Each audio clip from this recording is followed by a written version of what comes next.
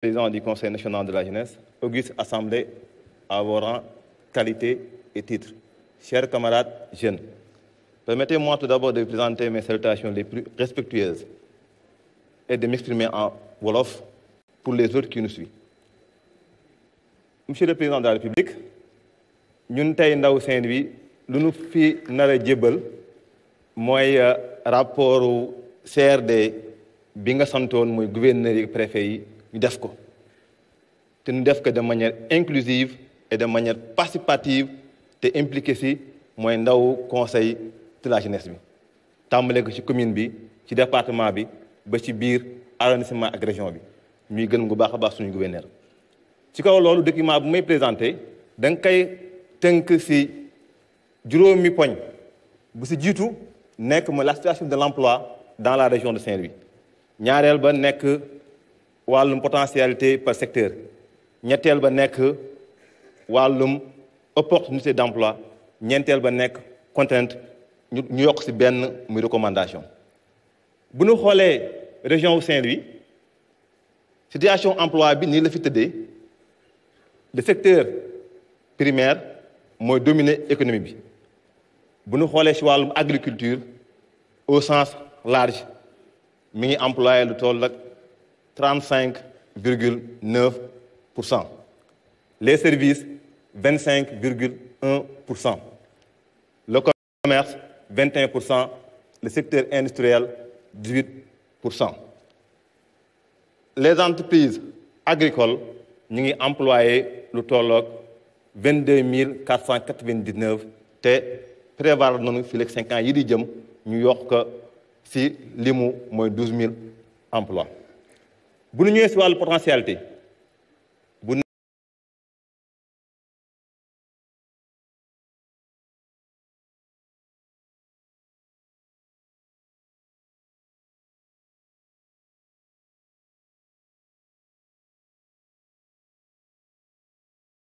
nee Saint-Louis ñu agriculture bu nee Saint-Louis ñu ceebu ndar bu nee Saint-Louis ñu autosuffisance alimentaire loolu moo waral bu ñu xool en termes de potentialité ci région de Saint-Louis am na lu toll ak 172 800 hectares de terres irrigables ñu am vallée du fleuve du Sénégal mu may nu ñu mën a bay noor mën a bay nawet bu ñu ñëwee ci wàllu secteur élevage Saint-Louis nekk na zone bi nga xamante ni condition climat bi permettre na ñu mun def élevage intensif ak extensif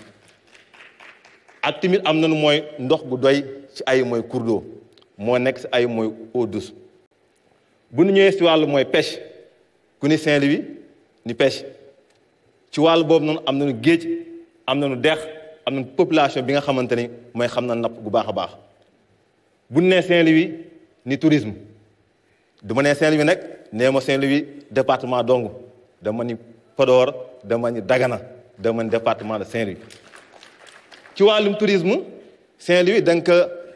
classé patrimoine mondial de l'UNESCO mu nekk opportunité gu mag ci Saint-Louis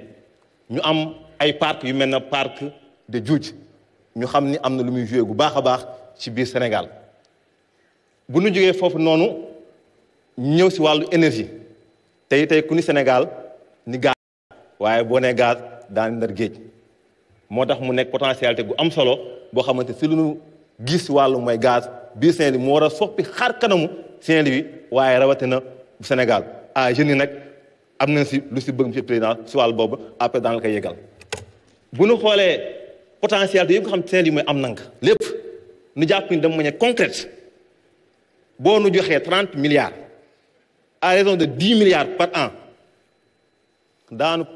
créer de manière concrète 38 566 emplois ci secteur yi ma lim ak ci département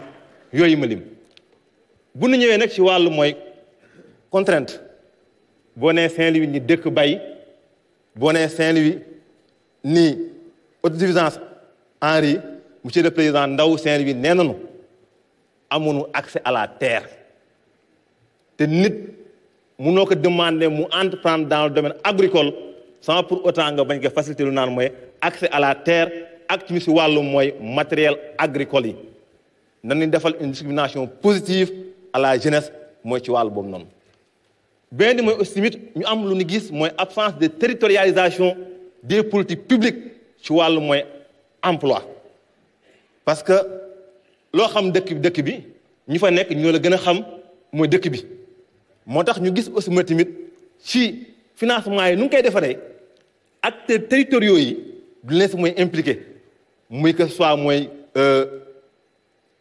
gouverneurs yi ak les services déconcentrés rawatina les conseils de jeunesse parce que Olof Njaay nee na lépp loo xam da nga koy def pour man te man boolewu ma ca daa mel ne da nga koy def mooy contre man loo gën a xam jàngoro doomu aadama boo ko laajul du gën a mën a sotti te tamit Sénégal dafa ratifié lu naan la charte africaine de la jeunesse en 2006 te boobu charte ci article 12 muy demande à tous les gouvernants d'impliquer les jeunes dans toutes les actions les concernant bépp projet et programme bu ñuy tegal pour ndaw ñi dañ si war a impliqué depuis ba nga koy xalaat depuis ba nga koy bind ak depuis ba nga koy mettre en œuvre. beneen bi aussi mooy tamit ñu gis aussi tamit une absence le président du conseil ñëw na si une absence de présence des jeunes dans les instances de prise de décision bu ñu jël suñu assemblée nationale exemple ñu xool la moyenne d'âge bu assemblée nationale mi ngi nekk ci 54 ans su ma juumul te jeunes yi li mu fa nekk c'est moins de 1%, alors qu'aujourd'hui la jeunesse mi ngi représente plus de 70% de la population. Aujourd'hui on doit faire pour avoir une gouvernance inclusive boo xam daan am lu naan mooy une parité intergénérationnelle bu ñu nee benn góor ni benn jigéen bu ñu nee benn jeune bu góor ni benn jeune bu jigéen loolu la ñuy xaar parce que réew mi nag nit ñëpp a ko bokk neewuñu nag ñun ndaw ñi dañu war a accaparer lépp mag de nag daa jarab bàyyi si réew ñu ni xelal diñuy gunge diñuy accompagner. Monsieur le Président aussi pour une meilleure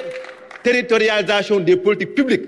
ñun ndaw Ndar dañu jàpp mooy ñun il faut que ñu instituer ce qu'on appelle des fonds régionaux pour l'entrepreneuriat des jeunes boo xamante ni gouverneurs yi donc mun a ñoom di koy xool ak l'ensemble des services déconcentrés ak une forte implication des conseils de jeunesse ñu xamante ni maintenant du am lu naan mooy un détournement d'objectifs ndaxte bëri na ay ndaw yu ñuy financé ñu def ay détournement d'objectifs boo xoolee mooy part boo xamante ni mooy ndaw ñi ñu ngi koy def en termes de remboursement dafa faible moo tax ñuy recommander ñu bàyyi di jox mooy ndaw ñi xaalis te ñu leen jox ay matériel moom laa gis mooy lu gën a yenu maanaa parce que du fekkee man dama nekk mooy ndaw du ma yeewoo am 100 francs yu ma jëndee mooy kaas café boo ñëwee jox ma 1 million kon ma déer si wàllu boobu noonu ñu demande aussi mooy tamit wàllum emploi nekk une compétence explicitement transférée aux collectivités territoriales naam ci article 3 du code général des collectivités territoriales jox na leen de manière implicite la compétence emploi ak wàllu secteur jeunesse waaye dañu bëgg man pour une meilleure territorialisation des politiques publiques ci wàllu emploi ñu transférer aux collectivités territoriales parce que entreprise bu ñëw si benn mooy dëkk daa signé une convention ak commune boobu noonu te war nga war a mun a jël mooy en compte pour na kay fu mu naan mooy benn genre mooy emploi mooy local. ñun diwaanu Saint-Louis déjà am na lu ñu am lu naan une plateforme des acteurs de l'emploi boo xamante ne le gouverneur moo ko jiite boo ñëwee ba si biir mooy communes yi am na benn mooy bànqaas ak les conseils communaux ak les mooy communes boo ñëwee commencé mooy si biir département de la même chose au niveau régional la même chose même ñun le conseil régional de la jeunesse de Saint-Louis jot nañu financer suñu ay partenaires une enveloppe de 7 milliards suñu fonds régional pour l'entrepreneuriat des jeunes ñu bëgg nga dooleen ci wàll boobu noonu beneen mooy aussi tamit ñuy naan les maires de communes nu ñuy joxee ASC subvention ñu créé benn rubrique boo xamante ne da ngay def ci nomenclature budgétaire bi pour mooy chaque année da koy génnee di financer ay projets de jeunes fu may daanalee mooy pour ñu gën a mun a régler problème emploi bi il faut que ñu am une approche multisectorielle ministère yëpp xam nañu am na seen wàll ci wàllu mooy emploi te tamit ñu gën a dooleel ministère de la jeunesse parce que moo yore plus de 70% de la population fii laay daanalee nag monsieur le président le conseil national de la jeunesse mooy structure bu gën a organisé biir Sénégal boo demee dans les 557 mooy communes y a des conseils communaux de jeunesse boo demee dans les 126 arrondissements y a des départements de jeunesse boo demee dans les 45 départements y a des départements de jeunesse boo ñëwee dans 14 régions y a le conseil de la jeunesse et le conseil national ñuy ñaan nga dooleel ko aussi tamit nga jàppale nu ci nu mu gën a gaawee ñu mën a organiser renouvellement mooy conseil yi parce que mooy jot na wasalaam merci.